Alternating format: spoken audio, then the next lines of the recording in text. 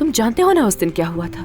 बच्चे को दुख हुआ तो उसे भी बुरा लगा, लेकिन उसकी नीयत बुरी नहीं थी, हालात ही इतने खराब हो गए थे। लेकिन वो भी क्या करे, पछता रही है बस वो। एक मिनट यार, क्या मैं सही समझ रहा हूँ तुम्हें? तुम्हारा मतलब नूर मर्द की बर्थडे पार्टी जानबूझकर खराब करने के लिए आई थी, यही कह रही हो ना तुम? यार मेरे कहने का ऐसा कोई मतलब नहीं था। तुम खुल के बात क्यों नहीं कर रही हो मुझसे? हाँ, मतलब क्या है कि पछता रही है नूर? देखो, मैंने अपनी आंखों से तो कोई मैसेज देखा नहीं और ना ही नूर ने मुझे कुछ बताया। बस इसलिए मैंने सोचा कि... क्या सोचा? यार सच कहूँ तो जब ये वाकया हुआ तो मैंने सोचा, वाह नूर ने क्या हिम्मत दिखाई है, तोहफा भी ले लिया, खुद से चली भी गई। मतलब ऐसे चले जाना वाकई हिम्मत की बात थी, यानी एटलीस्ट मेरी नजर में। ऐसी हिम्मत तो कोई नहीं दिखा सकता ना, बस ये ख्याल मुझे आया था, अब बस और कुछ नहीं। That's it। यार तुम मेरी बात से परेशान हो गए हो ना, चलो हम टॉपिक चेंज कर देते हैं। सीरियसली, वैसे भी इतने अच्छे माहौल में तुम्हें ये सब सोचने की क्या जरूरत है? मैं वैसे ही भाई की वजह से परेशान हूँ, इस मैसेज के मामले को नहीं समझ सकी। मेरी बात पे ध्यान क्यों दे रहे हो? मैं तो पागल हूँ, बस ऐसे ही कुछ भी कह दिया।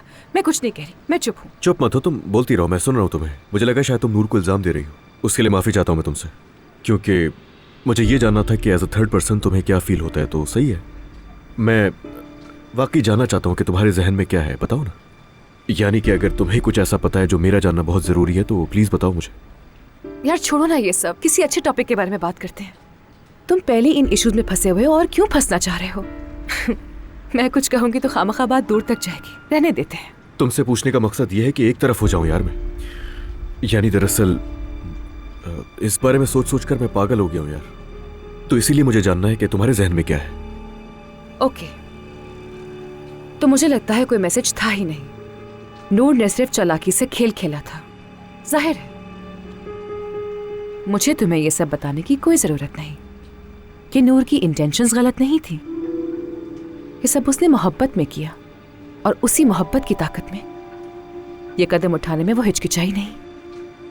हो सकता है कि वो चाहती हो कि तुमसे उसकी शादी जल्दी हो जाए, और शायद तुम्हारी मर्द से अटैचमेंट उसे फील होती है।